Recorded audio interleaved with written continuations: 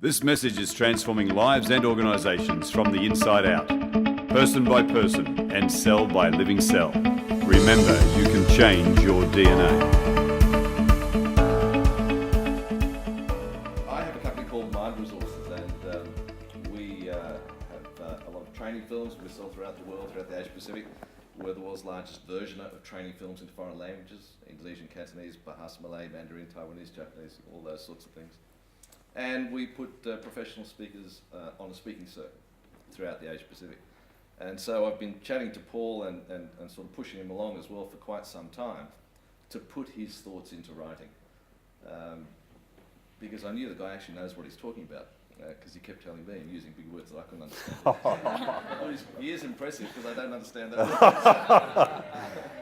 You might like to know that Joe is a trained biology major, so he knows what he's talking about. Yeah, and well, actually, that's the other thing. My training is as a chemical engineer with major in biological process engineering. So when Paul starts using some of these words and confusing me, then he must be onto something that's really pretty far out.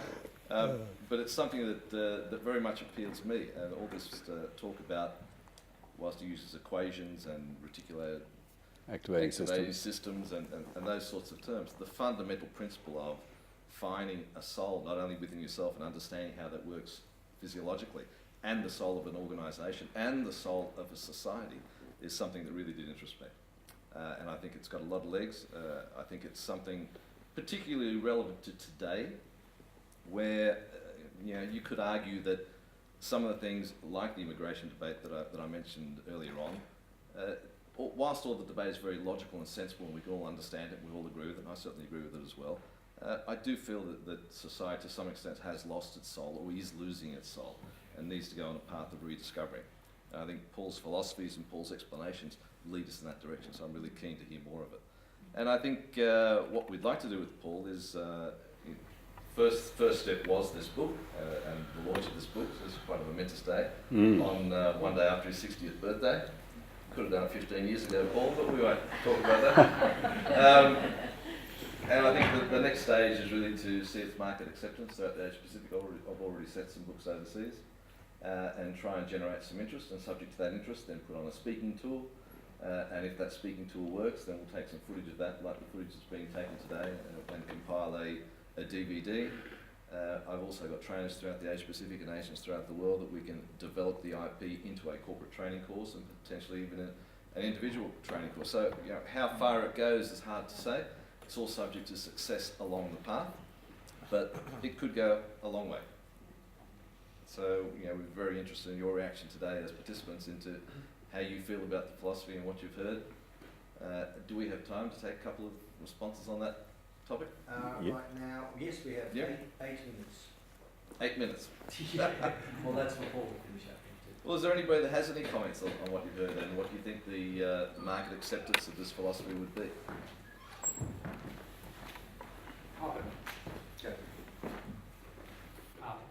Arthur, you might like to say, only first so people know your comments, what business you're in might be good too. I'll ask a question first, because Okay, I'm sorry. There's some concepts in your book which I found fascinating, and perhaps the most fascinating was that how it runs in parallel, and beautiful parallel, with some of the discoveries around the Human Genome Project, which, if you look at the potentially the biggest discovery, was they don't talk about genetics anymore, but epigenetics. Epigenetics, yeah. So where the environment meets your genes, and how our genes change the nature of our lifetime as a result of our environment. So what you're saying, if I'm right, is yes, that you're extending that sphere of environment to talk about the thoughts and attitudes that we surround ourselves. Yeah, not just the air and the food and the physical, mechanical environments, but the emotional and belief environments and the thought environments that we allow ourselves to be part of will change you cellularly. Yeah. Okay, that's a question, yeah? Okay, great. So did you want to answer his question or not? That was the question. So, okay. Well, you can answer the question. I don't know what he's talking about. You answer it. We know what he's talking about. I, I think Joe's question was, will this have relevance in the marketplace and in society? And I was saying, yes, it does, Yes. because of that reason. Yes, because it does, because it range links. Because if the you research is talk currently about the science Yeah, and about what they're talking about in terms of Yeah.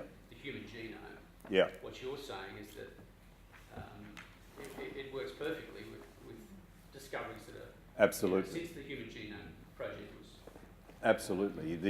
The Human Genome Project has scientifically proven that DNA doesn't just flow outwardly or one way to the environment from the centre of a cellular organism. It actually comes back in and changes itself through the environment. The thing is, we can determine how that environment changes us by the decisions and the beliefs we take. So a stimulus of my parents being given to substance abuse, the decision I make about that determines whether I follow in their footsteps or not. I'm not predetermined to do that, and that's a very touchy subject, I know. But yeah, Is it like our interpretation of that stimulus? it's the interpretation, but the interpretation would be based on the belief system that we've adopted about it. Well, the modern science being that your beliefs, your attitudes lead into your beliefs, and You say it again. and your attitude, your beliefs, and your behaviour actually have physiological effects that work back to actually changing the DNA, Correct. and that's the modern science. Yeah. So in terms of Joe's question, again, and thanks, Arthur, for doing that. And Arthur's, did you want to explain for us what Arthur's role Oh, is? well, the only reason I thought it was significant is that Arthur's business is communications. He's a professional journalist, and his whole job is. Do you mind me saying this? No.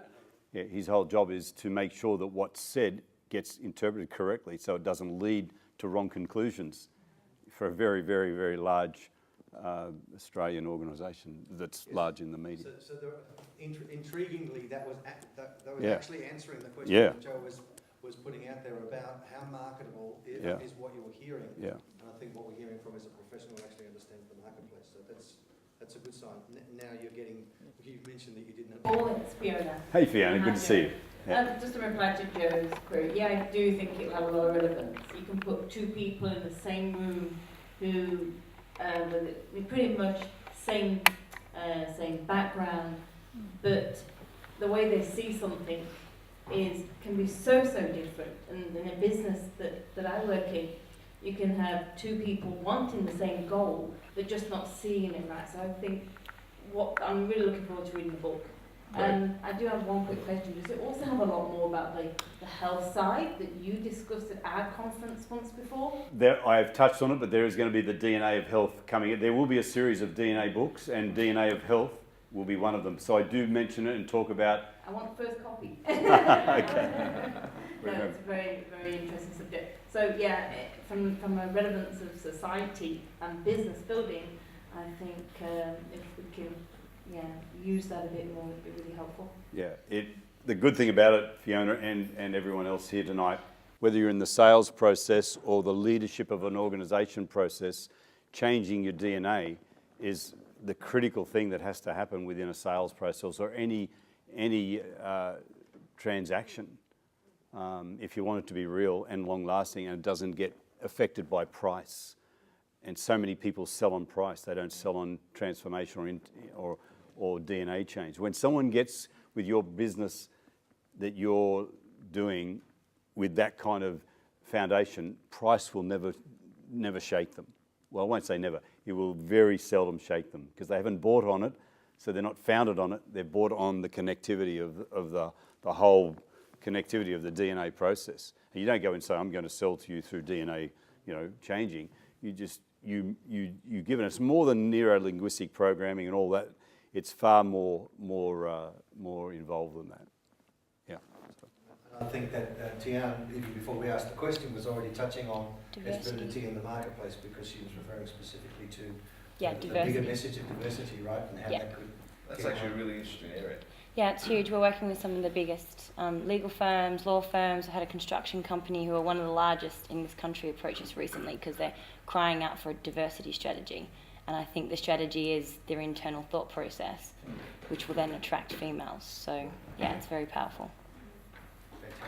Great. Joe, did you want to say anything else in terms of that? Yeah,